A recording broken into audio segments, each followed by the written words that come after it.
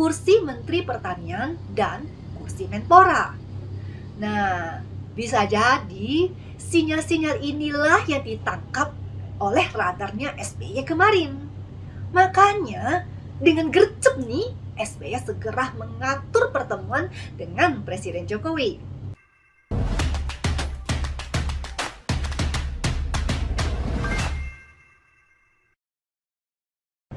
Bertemu lagi dengan saya, Yanti. Ada kejutan di hari Senin sore tanggal 2 Oktober kemarin. Presiden Republik Indonesia yang ke-6, Susilo Bambang Yudhoyono, atau yang lebih akrab kita panggil sebagai SBY, ternyata turun gunung untuk mengunjungi Istana Bogor. Nah, kalau SBY mainnya ke istana, ya pasti agendanya untuk bertemu dengan Presiden Jokowi. Menurut kabar nih, pertemuan kedua orang presiden tersebut berlangsung selama kurang lebih 1 jam. Ya, kira-kira apa sih yang diobrolin oleh SBY saat bertemu dengan Presiden Jokowi? Nah, menariknya, kabar pertemuan tersebut ini terjadi di tengah mencuatnya isu perombakan atau reshuffle kabinet yang akan dilakukan oleh Presiden Jokowi dalam waktu dekat ini. Nah, isu liar tersebut muncul karena adanya sejumlah menteri di Kabinet Indonesia Maju yang tersangkut kasus hukum baru-baru ini. Di antaranya ada Menteri Pertanian, Syahrul Yassin Limpo atau SYL. Nah, kabarnya SYL ini akan segera ditetapkan menjadi tersangka setelah kemarin KPK melakukan penggeledahan di rumah dinasnya dan di kantor Mentan. Dan pada saat penggeledahan itu ditemukan barang bukti berupa uang tunai senilai 30 miliar rupiah. Dan ada 12 senpi atau senjata api dalam berbagai jenis, serta dokumen-dokumen penting. Nah, menteri kedua yang tersangkut kasus hukum adalah Menteri Pemuda dan Olahraga atau Menpora, Dito Aryo Tejo.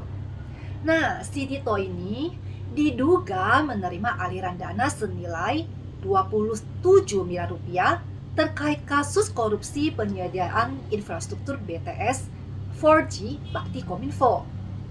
Nah, jadi gak heran dong kalau sampai muncul isu kalau Presiden Jokowi akan kembali mengocok ulang atau mereshuffle kabinetnya. Para menteri itu kan sudah diberi kepercayaan oleh Presiden untuk mengemban tugas dan jabatan dengan amanah. Tapi mereka malah gampang termakan bujuk rayu untuk melakukan tindak pidana korupsi. Kalau mereka diberhentikan saat ini, maka itu adalah konsekuensi atau resiko yang harus mereka terima. Belum lagi kalau terbukti tersalah, maka resiko mendekam di sel sudah di depan mata. Tapi untuk pembuktian itu masih membutuhkan waktu yang panjang. Makanya sebelum itu reshuffle dulu ya. Karena menteri-menteri yang terseret hukum tentu sangat berpengaruh pada kinerja mereka. Para menteri itu udah pasti nggak fokus bekerja dengan baik. Kinerja mereka akan menurun karena harus menjalani proses hukum. Meskipun saat ini mereka belum menjadi tersangka. Karena walaupun menjadi saksi aja, tetap aja menguras energi dan menguras waktu karena harus bolak-balik dipanggil menjadi saksi untuk dimintai keterangan oleh penyidik. Karena bukan rahasia lagi, kalau dipanggil ke KPK untuk dimintai keterangan, itu kan bisa memakan waktu berjam-jam. Bisa aja seharian. Nah, kalau gitu, kapan kerjanya mereka? Maka reshuffle menteri yang terjerat kasus hukum itu sangat penting dilakukan. Meskipun masa jabatan hanya tersisa beberapa bulan lagi. Nah, kalau reshuffle jadi dilakukan nih, tentunya ada 2 kursi kosong yang berpotensi diperebutkan, yaitu kursi Menteri Pertanian dan kursi Menpora. Nah, Bisa jadi sinyal-sinyal inilah yang ditangkap oleh radarnya SBY kemarin. Makanya dengan gercep nih, SBY segera mengatur pertemuan dengan Presiden Jokowi. Ini memang butuh gercep, karena kapan lagi ada kesempatan seperti ini untuk bergabung di pemerintahan Presiden Jokowi. Kita kan udah tahu, selama ini kan antara SBY dan Presiden Jokowi, mereka berdua itu berada di dua poros politik yang berbeda. Sejak pemerintahan Presiden Jokowi, mulai dari tahun 2014, Partai Demokrat ini selalu berada di luar pemerintahan. Dan setelah Pilpres 2019 pun, Partai Demokrat tetap mengambil sikap yang sama untuk menjadi partai oposisi bersama dengan PKS. Jadi, selama 9 tahun ini, Demokrat selalu konsisten mengkritisi pemerintahan Presiden Jokowi.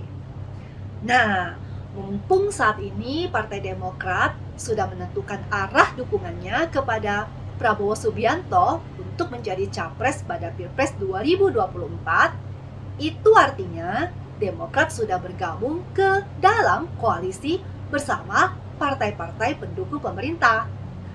Nah, setelah sebelumnya, kita kan tahu tuh, Partai Demokrat kan sempat bergabung dalam koalisi perubahan untuk persatuan yang mengusung baca pres Anies Baswedan. Namun, Partai Demokrat memilih hengkang dari koalisi perubahan setelah dilepehin oleh Anies, yang lebih memilih Caimin sebagai cawapresnya. Nah, kalau SBY bersama partainya Demokrat sudah meninggalkan Anies Baswedan yang merupakan antitesa dari Presiden Jokowi, jadi sekarang adalah waktu yang tepat. Dan udah nggak malu-maluin lagi kalau SBY mendatangi Istana Bogor untuk bertemu dengan Presiden Jokowi untuk menawarkan calon potensialnya menduduki salah satu kursi menteri yang kosong. Nah, kita semua pasti tahulah siapa sosok yang bakal disodorkan oleh SBY kepada Presiden Jokowi. Ya, siapa lagi kalau bukan putra sulung kesayangannya Agus Harimurti Yudhoyono atau panggilan sayangnya Mas AHY. Nah, dari dua kursi menteri, kayaknya yang paling cocok untuk Mas AHY adalah kursi Menpora.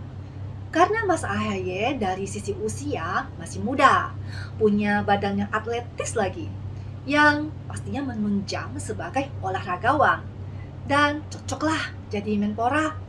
Nah, apakah Mas AHY mampu mengemban tugas tersebut? Karena sebelumnya Mas AHY itu kan belum memiliki pengalaman menerima jabatan publik ya. Apalagi reshuffle kabinet di ujung masa jabatan tentunya akan memberi beban yang lebih berat bagi menteri penggantinya. Karena menteri pengganti sudah tidak lagi membuat program yang baru, akan tetapi hanya meneruskan dan menyelesaikan program yang sudah dirancang dan direncanakan oleh menteri sebelumnya. Berbeda dengan menteri yang diangkat di awal pembentukan kabinet. Merekalah yang menyusun program-program baru sendiri. Makanya, menteri pengganti itu dituntut harus mudah beradaptasi dengan program yang sebelumnya. Dan dituntut untuk bisa bergerak cepat untuk mengimbangi laju pemerintahan saat ini. Nah, nantinya reshuffle akan dilakukan atau tidak adalah hak prerogatif dari Presiden Jokowi. Jika sampai ada perombakan kabinet, tentunya sudah melalui berbagai pertimbangan dengan matang.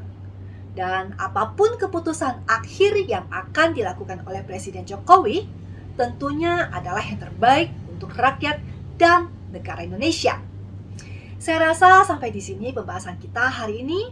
Terima kasih sudah menemani saya, Yanti, berbicara politik di Steward TV.